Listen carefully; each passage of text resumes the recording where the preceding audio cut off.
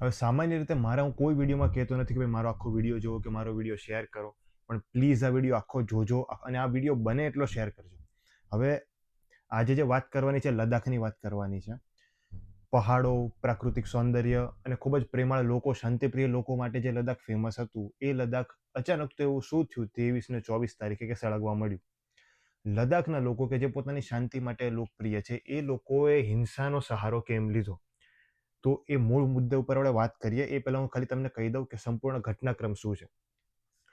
તો છેલ્લા 5-6 વર્ષથી લદ્દાખમાં આંદોલનો, પ્રોટેસ્ટો એવું બધું ચાલી રહ્યું છે, રેલીઓ નીકળી રહી છે. 10 સપ્ટેમ્બરે સોનમ વાંગચુક નામનો એક વ્યક્તિ ફરીથી આમરણ આંદોલન શું કહેવાય અનશન ઉપર બેઠો, ભૂખ હડતાલ ઉપર બેઠો. અને 20 સપ્ટેમ્બરે મિનિસ્ટ્રી ઓફ હોમ અફેર્સમાંથી એટલે કે અમિત શાહની ઓફિસમાંથી એક લેટર એમને પહોંચ્યો કે ભાઈ આપણે એક વાતચીત કરીએ, એક ચર્ચા કરીએ.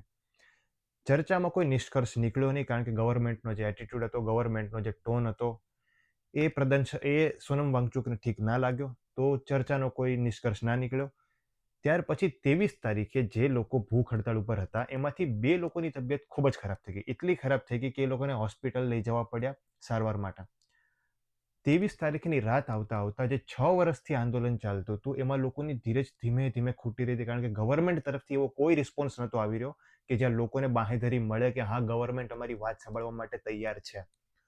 23 તારીખની રાત આવતા આવતા લોકોની ધીરજ ખૂટી અને લદ્દાખ એપેક્સ બોડી અને કારગિલ ડેમોક્રેટિક અલાયન્સના જે કાર્યકર્તાઓ હતા, એમણે હિંસાનું આચરણ કર્યું. ધીરે ધીરે હિંસા વધી, ભારતીય જનતા પાર્ટીની ઓફિસ સળગાવી દીધી, કે જે એક બહુ મોટી ઘટના થઈ ગઈ લદ્દાખમાં. અને સીઆરપીએફના જવાનોએ 4 લોકોને મારી નાખ્યા. ત્યારબાદ સોનમ વાંગચુકની ધરપકડ થઈ ગઈ 24 તારીખ સપ્ટેમ્બરના દિવસે. અને આ છે સંપૂર્ણ ઘટનાક્રમ શોર્ટમાં. હવે આ બધું શું થયું એ તમને મેં બહુ શોર્ટમાં કહી દીધું. હવે સોનમ વાંગચુક કોણ છે હું તમને કહું. તો સોનમ વાંગચુક 2008-9માં આઈ થિંક જ્યારે 3 ઇડિયટ પિક્ચર આવી હતી, એ સમયે એ લેમલાઇટમાં આવ્યા હતા. દેશના લોકો એમને જાણતા થયા હતા. 3 ઇડિયટ પિક્ચરમાં જે રણછોડદાસ સામળદાસ છાછડનું જે કેરેક્ટર છે રેન્ચોનું, જે આમિર ખાને નિભાવ્યું છે, એ કેરેક્ટર ક્યાંક લૂઝલી ઇન્સ્પાયર છે સોનમ વાંગચુકના કેરેક્ટરથી. ફુંગસુક વાંગડુનું જે નામ છે એ પણ સોનમ વાંગચુકના નામ પરથી લેવામાં આવ્યું છે એવી ખબર છે. એ સમયે સોનમ વાંગચુક ખૂબ ફેમસ થયા કે લદ્દાખનો એક ટીચર છે કે જે લદ્દાખના વિદ્યાર્થીઓને એક ઇનોવેટિવ રીતે એન્જિનિયરિંગનો સબ્જેક્ટ શીખવાડે છે. આ ઉપરાંત સોનમ વાંગચુકનું પોતાનું એક એનજીઓ ચાલે છે જેનું નામ છે SECMOL, student educational and cultural movement of Ladakh. એ એનજીઓ લદ્દાખના વિદ્યાર્થીઓને ભણાવે છે. ત્યાંના વિદ્યાર્થીઓને એક સસ્ટેનેબલ એન્જિનિયરિંગ પ્રોજેક્ટમાં એ લોકો શીખવાડે છે કે ભાઈ કઈ રીતે તમે આ જ એન્વાયરમેન્ટમાં રહીને રોજગાર ઊભો કરી શકો છો અને પોતાના પરિવારની સાથે રહીને જ તમે એક સારી રીતે અહીંયા જીવી શકો છો. બીજી વસ્તુ, સોનમ વાંગચુકને એશિયાનું સૌથી સર્વોચ્ચ, જે રીતે દુનિયામાં નોબેલ પ્રાઇઝ કયા લોકોને મળે કે જે લોકોએ અભૂતપૂર્વ કાર્યો કરેલું હોય પોતાના કાર્યક્ષેત્રમાં, અને વર્લ્ડ લેવલે જેનું રેકોગ્નિશન થાય તો એ નોબેલ પારિતોષિકથી થાય છે. તો રેમન મેગનસેસે એવોર્ડ છે કે જેને એશિયાનું નોબેલ પ્રાઇઝ કહેવામાં આવે છે. સોનમ વાંગચુકને એ પણ મળેલું છે. એક એવો વ્યક્તિ કે જે ઇનોવેટર છે, રિફોર્મિસ્ટ છે, એન્વાયરમેન્ટ એક્ટિવિસ્ટ છે, એ વ્યક્તિ છે સોનમ વાંગચુક. હવે આપણે વાત કરીએ લદ્દાખમાં આજે પ્રોટેસ્ટ થઈ રહ્યો છે એની ડિમાન્ડ શું છે, સોનમ વાંગચુકની ડિમાન્ડ શું છે. તો હવે હું ખાલી તમને જનરલ એક તમને ઇતિહાસ કહી દઉં કે લદ્દાખનો ઇતિહાસ શું રહેલો છે. તો લદ્દાખમાં 97% પોપ્યુલેશન ટ્રાઇબલ છે, એટલે કે કબીલા સમાજની કે આદિવાસી સમાજની જનતા છે. હવે લદ્દાખમાં જ્યારે 370 પહેલાં જ્યારે લદ્દાખ જમ્મુ કાશ્મીરનો ભાગ હતો, તો જમ્મુ કાશ્મીરમાં જે પોતાનું લેજિસ્લેચર હતું, જમ્મુ કાશ્મીરનું જે પોતાનું સંવિધાન હતું, એની ગવર્મેન્ટ કાશ્મીર વેલીમાં કાં તો જમ્મુમાં, આ 2 જગ્યાએથી જ જમ્મુ કાશ્મીર રાજ્યનું સંચાલન કરતી હતી. તો પરિણામે થયું શું કે બધો જ રિસોર્સ એટલે કે સંસાધનો, પાવર, પોલિટિક્સ બધું જ કાશ્મીર વેલીમાં કાં તો જમ્મુમાં જ સચવાયેલું રહ્યું. ક્યારેય ડેવલપમેન્ટ લદ્દાખ સુધી પહોંચ્યું જ નહીં. તો લદ્દાખને હંમેશા અવગણનાની ભાવના જ સતાવતી રહી. 2019માં જ્યારે 370ને નાબૂદ કરવામાં આવી, 370 આર્ટિકલ 370ને હટાવવામાં આવ્યું, તો એ સમયે આ જ સોનમ વાંગચુકે અને આ જ લદ્દાખના લોકોએ કાશ્મીરનો ભાગ હોવા છતાં ભારતનું અને ભારતીય જનતા પાર્ટીનું અને નરેન્દ્ર મોદીનું અભિનંદન વ્યક્ત કર્યું હતું કે ભાઈ થેન્ક યુ સો મચ કે ભાઈ તમે 370 આર્ટિકલને રદ કર્યું. એ લોકોએ શું કામ અભિનંદન વ્યક્ત કર્યું હતું? જ્યારે 80sમાં અને 90sમાં જમ્મુ કાશ્મીર સળગતું હતું ને, એ સમયે પણ લદ્દાખ અને લેહનો આ વિસ્તાર ખૂબ શાંતિપ્રિય ભારત સાથે જોડાયેલો હતો. આ લોકોએ કોઈ પણ દિવસ ભારતથી અલગ થવાની માંગણી કરી જ નથી. 370 હટી તો એ લોકોને એક આશા મળી કે હવે અમારું જે પ્રશાસન છે કેન્દ્રથી થશે, અને કેન્દ્રથી જો પ્રશાસન થશે તો અમને વધારે મોકો મળશે. લેહ અને લદ્દાખમાં એક ડેવલપમેન્ટ આવશે, અમારામાં રોજગાર ઊભો થશે, અમારી આજુબાજુના વિસ્તારમાં, અને લોકોનું જીવન ધોરણ થોડું સારું થશે. આ એમના મગજમાં એક થોટ હતો. એટલે એ લોકોએ ભારતીય સરકારનો અને કેન્દ્ર સરકારનો, નરેન્દ્ર મોદીનો ભરીને અભિનંદન વ્યક્ત કર્યો. આ એક થઈ એક વાત. ત્યાર પછી 2019માં એ રિમૂવ થયું, ત્યાર પછી 5 થી 6 વર્ષ વીતી ગયા, ત્યાં કોઈ પણ પ્રકારનું ડેવલપમેન્ટ નથી પહોંચ્યું. લેહ અને લદ્દાખમાં એજ્યુકેશનનું પ્રમાણ ઠીકઠાક છે, 67% લોકો વ્યવસ્થિત રીતે ભણેલા છે. આ ઉપરાંત બીજી પ્રોબ્લેમ એ છે કે ભારતમાં જે અનએજ્યુકેટેડ અનએમ્પ્લોયમેન્ટનો જે રેશિયો છે, એટલે કે જે ભણેલા ગણેલા વ્યક્તિ કે જે બેરોજગાર છે, એ ભારત લેવલે એ રેશિયો છે સમવેર અરાઉન્ડ 13%, એટલે કે 13%ની આજુબાજુ છે. એ રેશિયો લેહ અને લદ્દાખમાં 26%, ઓલમોસ્ટ ડબલ છે. તો એક તો ત્યાં લોકોમાં બેરોજગારી ખૂબ જ મોટા પ્રમાણમાં છે. બીજું, એ લોકોનું રેપ્રેઝન્ટેશન પાર્લામેન્ટમાં માત્ર એક MP કરે છે. લેહ અને લદ્દાખનો ભૌગોલિક વિસ્તાર તમે નકશામાં જોશો તો કાશ્મીરના 50%ની આસપાસ છે, પણ એ લોકોનું રેપ્રેઝન્ટેશન માત્ર ખાલી એક જ MP કરે છે. તો આવા ઘણા બધા પ્રશ્નો હતા, અને સૌથી મોટી હતી અસુરક્ષા, ઇનસિક્યોરિટીની ભાવના. એ ભાવના ક્યાંથી આવી હતી? આર્ટિકલ 370 જ્યારે રિમૂવ થયું, ઇટ મીન્સ કે હવે ભારત દેશનો કોઈ પણ વ્યક્તિ લેહ, લદ્દાખ, કાશ્મીરના કોઈ પણ ભાગમાં જઈને ધંધો, રોજગાર, વેપાર કરી શકે છે. તો એ સમયે 60,000 કરોડનો સોલર પેનલનો સોલર ફાર્મ બનાવવાનો એક પ્રોજેક્ટ એક કંપનીને આપવામાં આવ્યો, અને પરિણામે, અને જે કંપનીને પ્રોજેક્ટ આપવામાં આવ્યો, તે પ્રોજેક્ટ ગ્રેઝિંગ લેન્ડ, એટલે કે ઘાસચારાની જમીન ઉપર આપવામાં આવ્યો હતો. હવે ત્યાંના જે મૂળ કબીલાવાસી લોકો છે, એમનું જીવન ધોરણ ને એમનો પૈસો, શું કહેવાય, માલ ઢોરના જે ઊન હોય છે અથવા તો યાક હોય છે, એના ઊનમાંથી નીકળે છે. હવે એ લોકોને જ્યારે ઘાસચારાની જમીન ઉપર સોલર પેનલ બનાવી દેવામાં આવે, તો એમના માલ ઢોર ઘાસચારો ખાય ક્યાંથી? તો ધીરે ધીરે અસુરક્ષાની ભાવના આવી. હવે બહારથી જ્યારે કોઈ ઇન્ડસ્ટ્રી આવે તો માઇગ્રેશન વધે, ત્યાં નવા નવા લોકો આવે, તો એ લોકોને પોતાના કલ્ચર ઉપર પણ ખતરો લાગ્યો કે ભાઈ બહારથી જો નવા લોકો આવશે તો મારું કલ્ચર ડેસ્ટ્રોય થશે. અને કોઈ પણ જગ્યાએ, જો હું આદિવાસી નથી, આપણામાંથી ઘણા બધા લોકો જે મારો વિડીયો જોતા હશે એ આદિવાસી સમાજમાંથી નથી, તો હું તમને એ લોકોની ભાવના અને સંવેદના સમજવા માટે એક વાત કહેવા માંગુ છું કે આદિવાસી લોકો અને ટ્રાઇબલ સમાજના લોકો પોતાના કલ્ચર, પોતાનો વારસો, પોતાની વિરાસત, હિસ્ટ્રી માટે ખૂબ જ સંવેદનશીલ હોય છે. એ લોકોને પોતાનો વારસો, પોતાની જે સંસ્કૃતિ છે, પોતાનું કલ્ચર, રીતિ રિવાજો એ ખૂબ જ પ્રિય હોય છે, કારણ કે એ જ એમની ઓળખાણનો એક ભાગ છે. જો એમની એ ઓળખાણનો ભાગ એમનાથી છીનતો દેખાય એમને, તો એ લોકોમાં અસુરક્ષાની ભાવના આવે. એ બહુ સામાન્ય વસ્તુ છે. તો આ અસુરક્ષાની ભાવના અને અવગણનાની ભાવનાનું પરિણામ આ આંદોલન છે. 6 વર્ષથી જે અવગણના કરવામાં આવી સરકાર તરફથી, ઉપરાંત સદીઓથી અથવા તો વર્ષોથી જે કાશ્મીરનું જે હિસ્ટ્રી રહી છે, એમાં લેહ અને લદ્દાખને કોઈ દિવસ સેન્ટરમાં મૂકવામાં જ નથી આવ્યું, ચર્ચાના વિષયમાં મૂકવામાં જ નથી આવ્યું. તો પરિણામે એ લોકોએ માંગણી કરી. 370 જ્યારે હટી તો લેહ અને લદ્દાખ એક યુનિયન ટેરિટરી બની ગઈ. ત્યાર પછી એમને લોકોને એવું હતું કે ભાઈ અમને લોકોને 6th શેડ્યુલમાં સામેલ કરી દેવામાં આવશે. 6th શેડ્યુલ શું છે?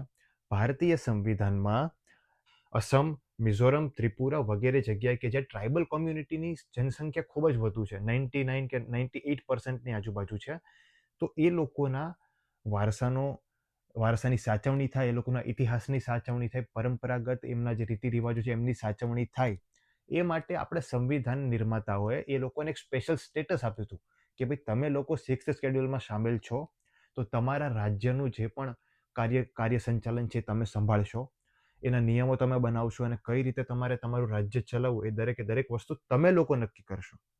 તો હાલમાં લદ્દાખ 6th શેડ્યુલની માંગણી કરી રહી છે. તો હવે હું તમને કહું કે ભાઈ લદ્દાખની ડિમાન્ડ શું છે. તો પહેલી ડિમાન્ડ છે સ્ટેટહુડ, કે ભાઈ અમને રાજ્યનો દરજ્જો આપો. રાજ્યનો દરજ્જો કેમ જોઈએ છે? કારણ કે એ લોકોને પોતાના નિયમો જાતે બનાવવા છે. એ લોકોને એવું લાગી રહ્યું છે કે અમારી અવગણના થઈ રહી છે, અમને પૂરતા પ્રમાણમાં ભંડોળ નથી આપવામાં આવતું, ઇન્ફ્રાસ્ટ્રક્ચરનું ડેવલપમેન્ટ નથી થતું, પરિણામે ત્યાં બેરોજગારી ખૂબ જ વધી રહી છે. બીજું છે ADC, ઓટોનોમસ ડિસ્ટ્રિક્ટ કાઉન્સિલ, અને 6th શેડ્યુલમાં અમારી સામેલ. એટલે કે મેં તમને જેમ પહેલાં જણાવ્યું એમ કે ગવર્મેન્ટ એમને એક સ્પેશિયલ સ્ટેટસ આપશે કે જ્યાં એ પોતાનું લેજિસ્લેચર જાતે બનાવશે, જ્યાં તેમની જોડે રાજનૈતિક પાવર હશે, એમની જોડે ફાઇનાન્સનો પાવર હશે. ત્રીજી ડિમાન્ડ એમની છે સેપરેટ સ્ટેટ PCS, કે ભાઈ અહીંયા બેરોજગારીની બેરોજગારીનું પ્રમાણ એટલું બધું વધારે છે. આપણે જે રીતે ગુજરાતમાં સ્ટેટ પીસીએસની એક્ઝામ થાય છે, જીપીએસસીની રાજસ્થાનમાં જેમ થાય છે, જેને આપણે કહેવાય કે ગુજરાતના જે સર્વિસ કમિશનની જે જોબ છે, કલેક્ટર છે, ડેપ્યુટી કલેક્ટર છે, એ રીતે લેહ અને લદ્દાખનું એક સેપરેટ પીસીએસ કમિશન, કે જ્યાં પબ્લિક સર્વિસ કમિશન લદ્દાખનું એક પોતાનું જ હોય, કે જ્યાં એ યુવાનોને ભરતી કરે સરકારી જોબમાં, ગવર્મેન્ટ જોબમાં. અને ત્રીજું છે, લોકસભા અને રાજ્યસભામાં રેપ્રેઝન્ટેશન અમારું વધવું જોઈએ. એ લોકોની માંગણી છે કે કમસે કમ અમારી 2 થી 3 સીટો થવી જોઈએ લોકસભામાં કાં તો રાજ્યસભામાં. હાલમાં લદ્દાખનું રેપ્રેઝન્ટેશન માત્ર એક એમપી કરે છે, એ બી રાજ્યસભામાં. તો આ એમની ડિમાન્ડ છે. અને હવે ગવર્મેન્ટે આ ડિમાન્ડનો શું આન્સર આપેલો છે? તો ગવર્મેન્ટ સાથે ખાસી બધી મિટિંગ થઈ છે. 2021-22થી આંદોલન ચાલતું આવે છે. અને ગવર્મેન્ટે 2 ડિમાન્ડ સ્વીકારવાની વાત કરી છે કે ભાઈ અમે તમને એક તો સેપરેટ સ્ટેટ પીસીએસ આપી દઈશું અને લોકસભામાં, રાજ્યસભામાં અમે તમારી એકાદી સીટ વધારી દઈશું. હવે ગવર્મેન્ટ સ્ટેટહુડ આપવાની ના પાડે છે. ગવર્મેન્ટને એવું કેવું છે કે ભાઈ લદ્દાખ એક એવો એરિયા છે કે જે પાકિસ્તાન, ચાઇના અને ક્યાંક ને ક્યાંક અફઘાનિસ્તાન સાથે પોતાની બોર્ડર શેર કરે છે. બહુ વોર સેન્સિટિવ એરિયા છે, ત્યાંથી ઘૂસણખોરીનું પ્રમાણ વધી શકે એમ છે. તો દેશની સુરક્ષા માટે અમે લદ્દાખને સ્ટેટહુડ આપી ના શકીએ. હવે મારો પ્રશ્ન એ છે કે ગુજરાતની તો પાકિસ્તાનની બોર્ડર અડે છે, રાજસ્થાનની પાકિસ્તાનની બોર્ડર અડે છે, પંજાબની તો પાકિસ્તાનની બોર્ડર જ અડે છે, એને કોઈ સ્વર્ગની બોર્ડર નથી અડતી. તો એને આપણે સ્ટેટહુડ આપેલું જ છે. બીજી વસ્તુ, ગવર્મેન્ટ ઓટોનોમસ ડિસ્ટ્રિક્ટ કાઉન્સિલ એટલે કે લદ્દાખને 6th શેડ્યુલમાં સામેલ કરવાની ના એટલા માટે પાડે છે કે ભાઈ શું કહેવાય, સંવિધાનિક રીતે એ થઈ શકે એમ નથી. તો તમે જો અસમ, મિઝોરમ, ત્રિપુરામાં આ વસ્તુ કરેલી છે, તો તમને લદ્દાખમાં કઈ વસ્તુ રોકી રહી છે? 97% ત્યાંની ટ્રાઇબલ કોમ્યુનિટી જ છે. બીજું, લદ્દાખના લોકોનું એક લોજિક એવું છે કે અમારું રેપ્રેઝન્ટેશન દિલ્હીમાં બેઠો એક એમપી કરી રહ્યો છે, જેને લદ્દાખના ગ્રાઉન્ડ લેવલની જે પ્રોબ્લેમ છે એને ખબર જ નથી. એટલે આ લોકો એડીસીની ડિમાન્ડ કરી રહ્યા છે, ઓટોનોમસ ડિસ્ટ્રિક્ટ કાઉન્સિલ, કે જેમાં 30 મેમ્બર હોય અને એ લોકોની 5 વર્ષની અવધિ હોય. તો આ કાઉન્સિલ બેઝિકલી કામ શું કરે કે ભાઈ લદ્દાખના જ લોકો હોય અને એ લોકોને ખબર છે કે ભાઈ ગ્રાઉન્ડ લેવલે લદ્દાખમાં શું પ્રોબ્લેમ છે. જેમ કે ભાઈ લદ્દાખમાં જળ સમસ્યા બહુ હતી, પીવાના પાણીની સમસ્યા હતી. જોકે સમસ્યાનું નિવારણ સોનમ વાંગચુકે જ કર્યું. સોનમ વાંગચુકે આઈસ સ્તૂપા કરીને કોન્સેપ્ટ ઇનોવેટ કર્યો કે જેમાં જે ગ્લેશિયરનો બરફ હોય એને પીવાલાયક પાણીમાં પરિવર્તિત કર્યું એણે, કે લદ્દાખના લોકો એ પાણી પી શકે. આ ઉપરાંત અત્યારે એ જો કે આપણે હું તમને આગળ એક બીજી વાત કરું તો આ એમની ડિમાન્ડ છે ને આ ગવર્મેન્ટનો સ્ટેન્સ છે. અને ત્યાં જ ઘર્ષણ થઈ રહ્યું છે કે ગવર્મેન્ટનો જે ટોન છે વાત કરવાનો અથવા એમનો જે રવૈયો છે એ. હવે મેં તમને કીધું કે ભાઈ આફ્ટર મેથ શું છે, કે હવે આટલી ઘટના થઈ ગઈ, આની પછી હવે 24 તારીખે સોનમ વાંગચુકની ધરપકડ થઈ. આજે 30 તારીખે હું વિડીયો ઉતારી રહ્યો છું, તો આ 6 દિવસમાં શું થયું એ હું તમને કહું. 24 તારીખે બપોરે સોનમ વાંગચુકની ધરપકડ થઈ. એનએસએ એક્ટ મુતાબિક, નેશનલ સિક્યુરિટી એક્ટ અંડર એમની ધરપકડ થઈ. હવે નેશનલ સિક્યુરિટી એક્ટ કોની ઉપર લાગે ખબર? કસાબ જેવો આતંકવાદી કે જેણે હજારો લોકોને બંદૂકની ગોળીથી ઠાર કરી દીધા હોય, અથવા તો કોમી દંગા ભડકાવનાર લોકો, બાબુ બજરંગી જેવા લોકો, આવા બધા લોકો ઉપર નેશનલ સિક્યુરિટી એક્ટ લાગે. દાઉદ ઇબ્રાહિમ ઉપર નેશનલ સિક્યુરિટી એક્ટ લાગે.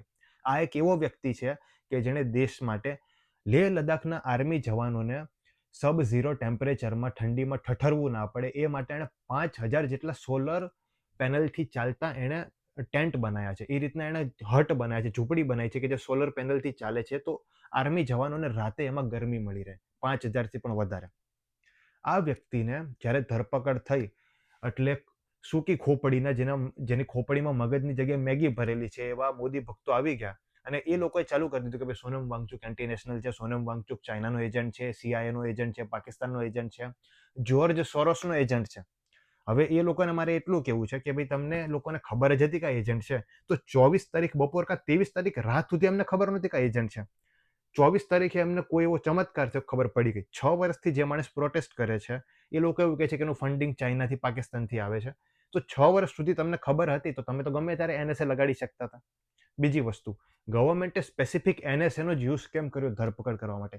સીધી વસ્તુ છે, એનએસએમાં જ્યારે તમે કોઈ વ્યક્તિને પકડો અથવા તો યુએપીએમાં કોઈ વ્યક્તિને તમે પકડો તો ગવર્મેન્ટ જોડે 1 વર્ષની બાંહેધરી હોય કે તમે કોઈ પણ પ્રકારની કોર્ટ કાર્યવાહી વગર એ વ્યક્તિને તમે 1 વર્ષ સુધી તમે તમારી હિરાસતમાં અથવા તો તમે જેલમાં રાખી શકો છો. હાલમાં એમને જોધપુર લઈ જવામાં આવ્યા છે, જ્યાં એમને એરેસ્ટ રાખેલા છે. હવે બીજી વસ્તુ કે જે લોકો એમ કહે છે કે ભાઈ આ પાકિસ્તાનનો એજન્ટ છે, એની પાછળ એ લોકો લોજિક આપે છે કે સોનમ વાંગચુક પાકિસ્તાન ગયા હતા આ વર્ષે ફેબ્રુઆરી 2025માં.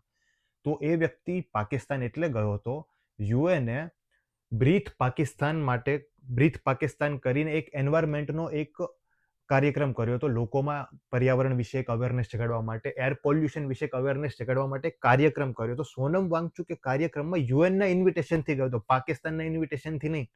અને ભક્તો ત્યાં જઈને એણે મોદી સાહેબના જ વખાણ કર્યા છે કે નરેન્દ્ર મોદી સાહેબ ભારતમાં ઘણા બધા પર્યાવરણની સાચવણી માટેના ઘણા બધા કાર્યક્રમો ઉપર એણે કામ કરવાનું ચાલુ કર્યું છે.